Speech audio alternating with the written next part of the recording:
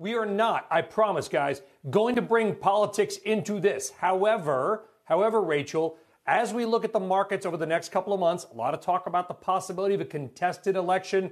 The rancor, as Alon used that term, from last night. Does that impact at all how you frame your portfolios and your investing thesis in the near and medium term? So, Brian, thanks for having me. And I think it's nearly impossible not to incorporate into the wall of worry the election uncertainty and the possibilities that stem from that, least of which would be a contested or a longer than normal period until we find out who the winner of the presidential election is.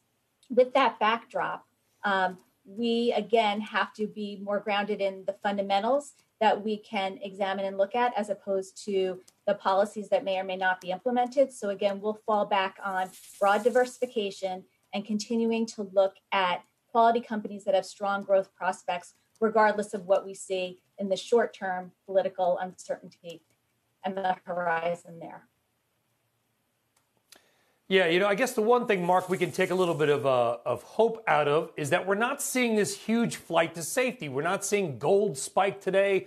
The VIX is not soaring. In other words, the markets are acting fairly rationally. What's your take on the current environment as it affects money, markets, and investing? Well, Brian, I think, as the other guest mentioned, I think it probably warrants a somewhat cautious approach over the next 0 to 3 months, if only because the things that stand in the way of the market remain in place. And that, of course, is an upcoming election, the uncertain path around the coronavirus and the prospective vaccinations associated with it. And, of course, China continues to lurk out there as an unresolved issue that names three.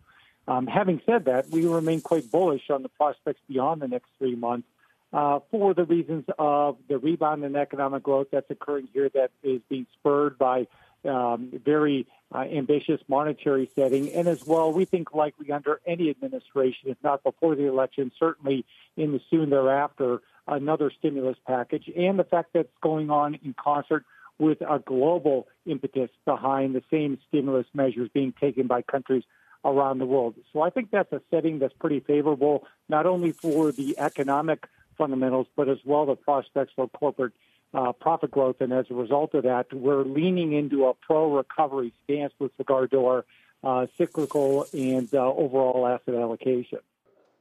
Shepard Smith here. Thanks for watching CNBC on YouTube.